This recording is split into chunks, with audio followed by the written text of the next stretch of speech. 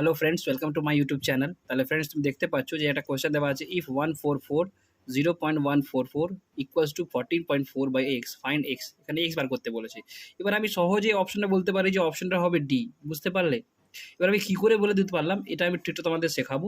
আমি দু রকমের টাইপে এটা শেখাবো। এই কোয়েশ্চেনটা পরীক্ষা হলে বিভিন্ন পরীক্ষায়, যেরকম এসসিএল, সিএইচএসএল, ডিফারেন্ট পরীক্ষায় ডিফারেন্টভাবে এই কোয়েশ্চেনটা আসে। তাই তোমাদেরকে বুঝে নিতে হবে যে এই অ্যাকচুয়ালি এই কোয়েশ্চেনটা কীভাবে জিজ্ঞাসা করা হচ্ছে বা কীভাবে এই কোয়েশ্চেনটা হচ্ছে। ক্লিয়ার হয়েছে? তাহলে আমি আপনাদেরকে বোঝাই যে এটা কী করে হবে। আচ্ছা, তাহলে কোয়েশ্চেনটা একটু উঁচু তুলি। এবার দেখো, এখানে তোমাকে দেওয়া রয়েছে যে এইটারে পয়েন্ট, দেখো এখানে কি আছে, পয়েন্ট, এক ডিজিটের পয়েন্ট, এখানে পয়েন্ট আছে, এখানে তিনটে আছে। তাহলে আলটিমেটলি যদি ক্রস মাল্টিপ্লিকেশন করি তাহলে আলটিমেটলি কী পাচ্ছি, 14.4 ইন্টু 0.144 বাই 144। এবার তুমি অপশানে দেখো, যদি এখানে মাল্টিপ্লাই করে তাহলে এখানে 3 অঙ্কে দশমিক দেওয়া আছে, এখানে 1 অঙ্কে দশমিক দেওয়া আছে, তাহলে আলটিমেটলি 4 অঙ্কে দশমিক হওয়ার কথা। এখানে আছে না নেই, এখানে আছে না নেই, এখানে আছে না নেই, এখানে আছে, হ্যাঁ এখানে আছে। তাহলে এই অ্যান্সারটাই হয়ে যাবে। বুঝতে পারলে?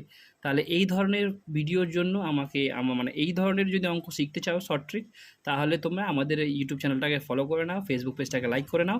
তাহলে এইখানে ডাইরেক্টলি অ্যান্সার বার করতে পারবো আমরা, যেটা হবে 0.0144। বুঝতে পারলে জিনিসটা? কেন 3 অঙ্কে দশমিক, এখানে 1 অঙ্কে দশমিক। এবার যদি ম্যাচ করে দিত তাহলে কী করতে হতো, তাহলে কিছু করার দরকার নেই। এখানে 10, এখানে 10 দিয়ে গুণ করতে, এখানে 10 দিয়ে গুণ করতে দিতে পারতে, ওপরে 10 নিচেও 10। যদি গুণ করতে এটা 144 হয়ে যেত, এটা 1440 হয়ে যেত, যদি ভাগ করে দিতে পারতে তাহলে সহজ হতো। কিন্তু অ্যাকচুয়ালি এই টাইপের কোশ্চেন বেসিক্যালি এইভাবে জিজ্ঞাসা করা হয় যে ডেসিমাল দিয়ে হয়ে যায়। তাই প্র্যাকটিস করো, যত প্র্যাকটিস করবে তত অঙ্ক পারবে। তাই এবার দেখা হবে নেক্সট ভিডিওতে।